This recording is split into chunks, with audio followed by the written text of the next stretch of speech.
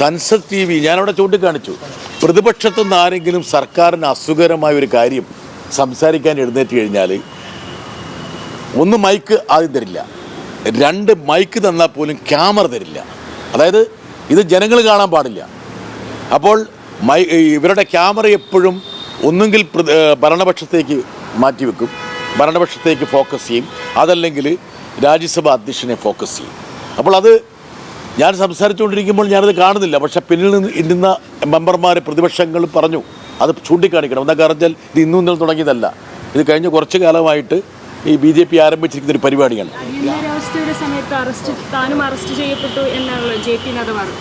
അതെ, അപ്പോൾ അദ്ദേഹം പരോക്ഷമായിട്ട് അടിയന്തരാവസ്ഥക്കാലത്ത് കോളേജിൽ വന്നിട്ടോ സ്കൂളിൽ വന്നിട്ടോ ആരോ അറസ്റ്റ് ചെയ്താൽ പറയുന്നത്. അടിയന്തരാവസ്ഥക്കാലത്ത് ഇതുപോലെ രാഷ്ട്രീയ പാർട്ടികളുടെ ഓഫീസുകളിലേക്ക് ഇറച്ചൊന്നും പോലീസ് കയറിയിട്ടില്ല. അന്നും ദേശീയ രാഷ്ട്രീയ പാർട്ടികളുണ്ടായിരുന്നു. അപ്പോൾ അതിനേക്കാളും മോശപ്പെട്ട അവസ്ഥയാണ് ഇന്ന് ഡൽഹിയിലും ഇന്ത്യയിലും ഉള്ളതെന്ന് അദ്ദേഹം പരോക്ഷമായിട്ട് സമ്മതിച്ചിരിക്കുകയാണ്. അതേപോലെ തന്നെ ഇന്ന് ഇപ്പോൾ നിങ്ങൾ ഉയർത്തിയ ഒരു പ്രധാന വിഷയം എന്നുള്ളത് ഇന്ത്യ ബ്ലോക്ക് സഖ്യം, ഇന്ത്യ ബ്ലോക്ക് സഖ്യത്തിൽ താങ്കൾ ഉയർത്തി എന്നുള്ളതാണ്. പക്ഷേ കോൺഗ്രസ് ഇക്കാര്യം ലോക്സഭയിൽ ഉന്നയിക്കാൻ തയ്യാറായിരുന്നു.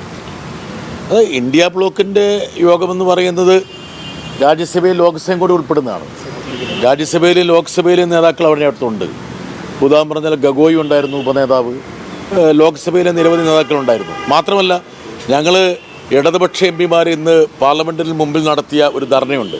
ആ ധർണയിൽ കോൺഗ്രസിൻ്റെ പ്രധാനപ്പെട്ട നേതാവും തമിഴ്നാട് സംസ്ഥാന അധ്യക്ഷനുമായ മാണിക്യൻ ടാഗോർ ഞങ്ങളുടെ ഇടതുപക്ഷ MP-മാരുടെ ധർണയിൽ പങ്കെടുത്തു, ഭാഗവാക്കായി മുദ്രാവാക്യം വിളിച്ചു. TMCയുടെ MP സാഗരിക ഘോഷ് ആ ഒരു പരിപാടിയിൽ പങ്കെടുത്ത് ഞങ്ങളോട് ഐക്യദാർഢ്യം പ്രകടിപ്പിച്ചു. JMMൻ്റെ നേതാവ് മൗവ മാജി.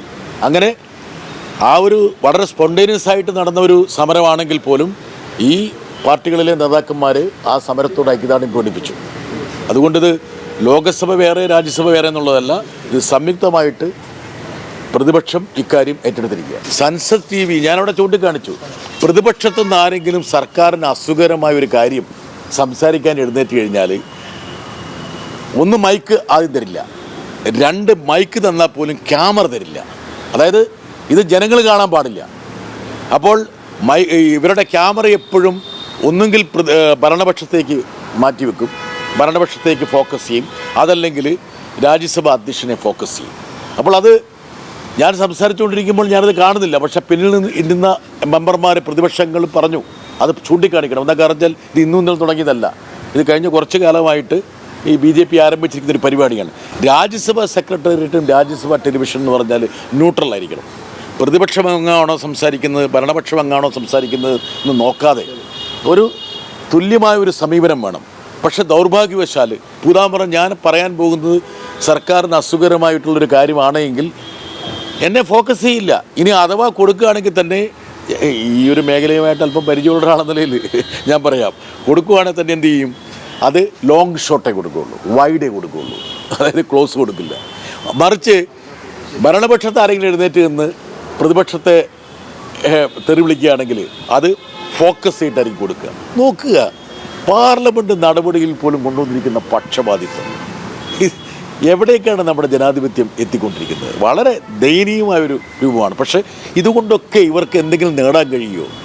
എന്നെ മറച്ചതുകൊണ്ടോ, എന്നെ ക്യാമറയിൽ കാണിക്കാത്തതുകൊണ്ടോ, പ്രതിപക്ഷത്തിൻ്റെ മൈക്ക് ഓഫാക്കിക്കൊണ്ടോ, പ്രതിപക്ഷ അംഗങ്ങളെ സംസാരിക്കാൻ അനുവദിക്കാത്തത് കൊണ്ടോ ഈ രാഷ്ട്രീയത്തിൽ ഇപ്പോൾ നടക്കുന്ന ഈ സമരത്തിൻ്റെ വേലിയേറ്റം ഇല്ലാതാക്കാൻ കഴിയുമോ? ഈ മൈക്കും ക്യാമറയൊന്നും ഇല്ലാതെയല്ലേ ജന്തർ മന്ദിറിൽ പിള്ളേർ സമരം ചെയ്തത്? ഏതെങ്കിലും ദേശീയ മാധ്യമങ്ങൾ അത് കവർ ചെയ്യാൻ പോയിട്ടുണ്ടോ? ഇല്ലല്ലോ. അപ്പോൾ ഇവർ വിചാരിക്കുന്നതെന്ന് വെച്ചാൽ ഇങ്ങനെയുള്ള ചില മേമ്പടികളിലൂടെ ഇപ്പോഴത്തെ അവസ്ഥയെ മുറിച്ചു കിടക്കാമെന്നാണ്. അത് അവരുടെ തെറ്റിദ്ധാരണ മാത്രമാണ്. രാജ്യം അതിൻ്റെ ആ പടവുകളൊക്കെ ചവിട്ടി വളരെ ബഹുദൂരം മുമ്പോട്ട് പോയി കഴിഞ്ഞിരിക്കുന്നു.